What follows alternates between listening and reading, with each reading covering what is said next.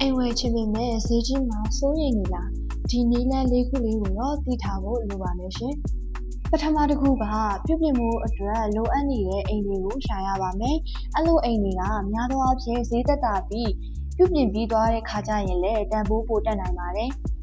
ဒုတိယတစ်ခုခါကျတော့မြို့ပြင်ကဖွံ့ဖြိုးလာမယ့်နေရာတွေကိုကြည့်ရပါမယ်အဲ့လိုနေရာတွေကဈေးသက်သာပြီးအနာဂတ်တန်ဖိုးတက်နိုင်ပါတယ်တတိယတစ်ခုကဈေးညှိနှိုင်းရပါမယ်အနီးအနားကအိမ်ဈေးတွေကိုနှိုင်းယှဉ်ပြီးတော့အိမ်ရဲ့အခြေအနေကိုအကြောင်းပြပြီးတော့ဈေးညှိပါ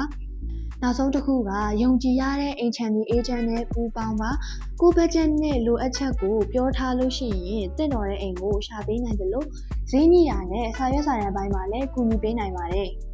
အိမ်ဝယ်မယ်ဆိုရင်ဈေးကြီးရာတစ်ခုတည်းကိုမကြည့်ပါနဲ့နေရာအိမ်အခြေအနေဈေးညှိနှိုင်းမှုနဲ့အေဂျင့်ရဲ့အကူအညီကိုပါအသုံးချပါဒီလိုအိမ်ချမ်းမြေအကြောင်းအရာလေးတွေကိုသိချင်တယ်ဆိုလို့ရှိရင်တော့ဒီ Usenaland application လေးကိုအခုပဲ download ဆွဲထားလိုက်ပါ